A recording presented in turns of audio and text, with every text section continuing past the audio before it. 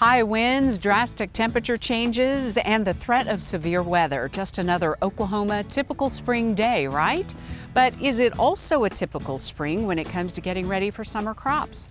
For some answers, here's our Extension Cropping System Specialist, Dr. Josh Lofton. Yeah, so this year is very different, even than some of our years we've seen before the drought. So when we talk about the last year or two, we were often talking about limited moisture, how late can we go, how much time do we have left in that window, and we're still here in the really early parts of spring planting.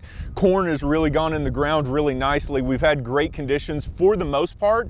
We still have areas of the state, even some very corn heavy areas of northwest Oklahoma that are very dry and have not had that opportunity to get either corn in or really good growth on their corn. So we still are talking about moisture, as we do almost always in the spring in Oklahoma, but we do have good conditions to go through and plant. We have been planting a lot of our summer crops into some relatively good conditions.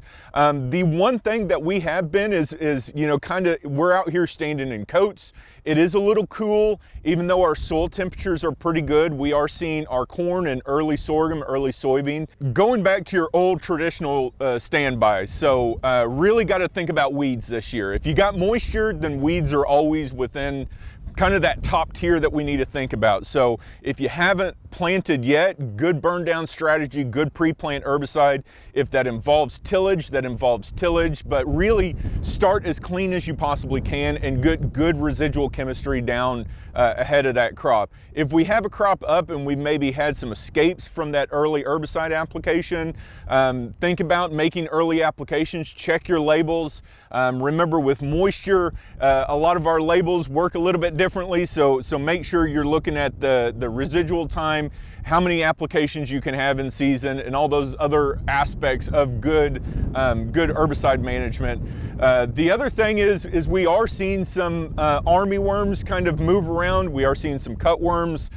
So all those foliage feeders, now they have a lot of green material to kind of consume, but really want to focus on those crops, making sure we have a good seed treatment if you haven't planted. But if you have planted, the seed treatment maybe is worn off or gotten too far down in the profile, maybe think about making sure you're scouting and make those timely applications if we need to. Especially with how windy it's been, and we've had these days up in the 90s.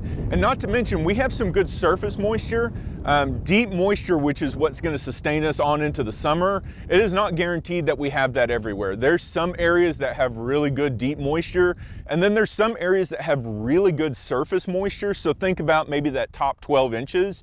It looks really good, but we haven't had the amount of rainfall or those winter snows that we're able to soak deep into the profile that replenish that profile moisture that we kind of drained the last couple years. So we still might be working on borrowed time on some of these fields, even if they have really good surface moisture, because we might not have the profile moisture we need to sustain a summer crop if it does turn off hot and dry later in the summer. Yeah, a lot of tools, and especially over the last couple years, we've really, again, talked a lot about moisture, talked a lot about profile moisture. So if you kind of think you're in that situation where you have good surface moisture, maybe not profile moisture, give us a call, give your county educator a call. We can figure something out and kind of get a plan in place getting ready for this summer.